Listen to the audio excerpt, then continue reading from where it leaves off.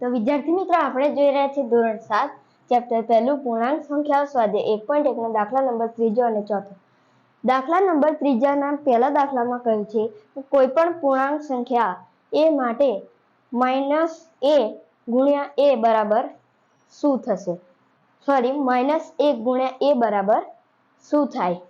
તો કોઈ પણ સંખ્યાનો એક સાથે ગુણાકાર કરતા તેની તે જ સંખ્યા મળે છે, તો એની જગ્યાએ કોઈ પણ સંખ્યા હશે તો આપણો જવાબ આવશે a. પરંતુ કોઈ પણ સંખ્યાનો ઋણ એક સાથે ગુણાકાર કરતા ઋણ જવાબ આવે છે, એટલા માટે આપણો જવાબ આવશે ઋણ a. આટલો સિમ્પલ જ હતો દાખલો. અહીંયા આપણો દાખલા નંબર 1 પૂરો થાય. તો વિદ્યાર્થી મિત્રો હવે જોઈએ દાખલા નંબર બીજો. દાખલા નંબર બીજામાં એવું કહ્યું છે કે નીચેની પૂર્ણાંક સંખ્યાઓનો -1 સાથેનો ગુણાકાર શું થશે? આ ત્રણ નીચે પૂર્ણાંક સંખ્યાઓ આપી છે, તેનો ઋણ 1 સાથે ગુણાકાર શું થશે? તો ચાલો આપણે કરી દઈએ. પહેલું છે -22, તો આપણે કરી લેવાનું -22 ગુણાકાર કરવાનો છે, એટલે ગુણાકાર અને ઋણ 1 સાથે, તો અહીંયા ઋણ 1. હવે આપણે પહેલા સાદો ગુણાકાર કરી દઈએ, પછી નિશાનીના નિયમો ઉપર આવીશું. તો 22 એકા થઈ જશે 22 અને માઇનસ ગુણ્યા માઇનસ થઈ જશે પ્લસ. તો આપણે પ્લસની નિશાની મૂકવાની આવતી નથી. તો હવે જોઈએ દાખલા નંબર બીજો. આ આવી ગયો જવાબ. દાખલા નંબર બીજામાં એવું કહ્યું છે કે 37 ને ઋણ 1 સાથેનો ગુણાકાર કરતા શું જવાબ મળે? તો ચાલો કરી જોઈએ. 37 ધનમાં છે, તેથી તેની સામે નિશાની નથી. એનો ગુણાકાર કરવાનો છે, તો ગુણાકાર કરી દઈએ. અને -1 સાથે, તો પહેલા સાદો ગુણાકાર કરી દઈએ, પછી નિશાનીના નિયમો. 37 એકા થઈ જશે 37.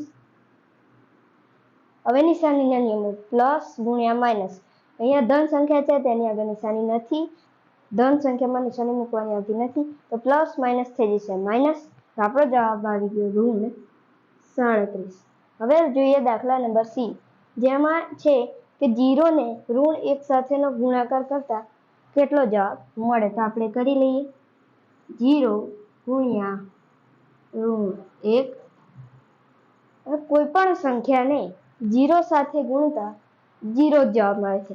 જેમ કે કોઈ પણ સંખ્યાને 1 સાથે ગુણતા એ જ જવાબ મળે છે. કોઈ પણ સંખ્યાને 0 સાથે ગુણતા તે જ જવાબ એટલે કે 0 મળે છે. તો અહીંયા આપણો જવાબ આવી ગયો 0.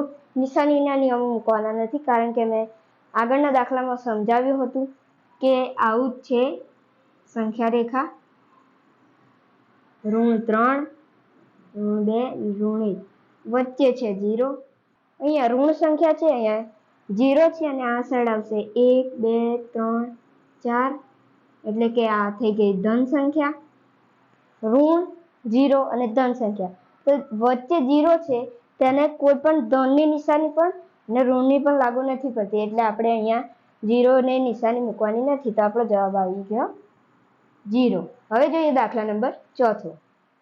દાખલા નંબર 4માં એવું કહ્યું છે કે ઋણ 1 ગુણ્યા 5 થી શરૂ કરીને નિશ્ચિત પેટર્ન વડે વિવિધ ગુણાકારો લઈ દર્શાવો કે ઋણ 1 ગુણ્યા ઋણ 1 બરાબર 1 થાય. તો ચાલો આપણે આમને દર્શાવીએ. અહીંયા પહેલાથી આપી દીધું જ છે, તો આપણે અહીંયા લખી દઈએ ઋણ 1 ગુણ્યા 5. તો આ ધન સંખ્યા છે અને આ ઋણ સંખ્યા છે. અહીંયા માઇનસની નિશાની છે, ધન સંખ્યામાં આવતી નથી પ્લસની નિશાની. તો અહીંયા માઇનસ ગુણ્યા પ્લસ થઈ જશે માઇનસ. તો આપણો જવાબ આવી ગયો ઋણ 5. આપણી થઈ ગઈ પહેલી પેટર્ન. હવે જોઈએ બીજી. તેમાં 5ની જગ્યાએ આપણે 4 મૂકવાના છે, તો ઋણ 1 ગુણ્યા 4 બરાબર આપણો જવાબ શું થઈ જશે?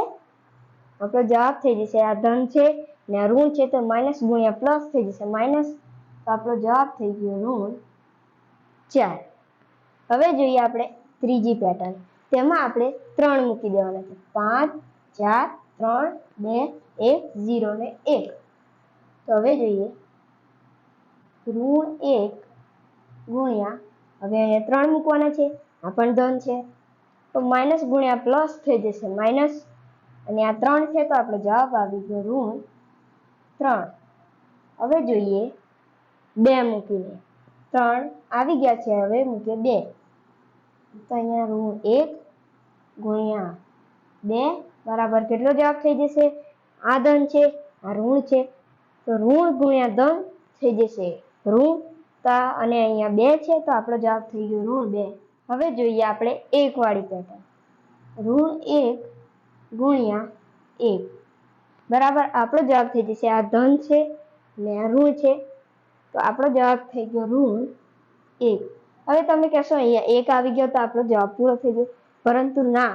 જો અહીંયા આગળ આ લોકોએ એવું કહ્યું છે, એટલે કે આ સ્વાધ્યાયવાળાએ એવું કહ્યું છે કે -1 ગુણ્યા -1 અહીંયા પહેલા -1 છે ગુણ્યા બીજી વાર પણ -1 છે, પરંતુ આપણે અહીંયા હજુ ધન સંખ્યા જ પહોંચ્યા છીએ એટલે અહીંયા આપણે 1 છે, હજુ 2 સ્ટેપ આગળ વધવું પડશે.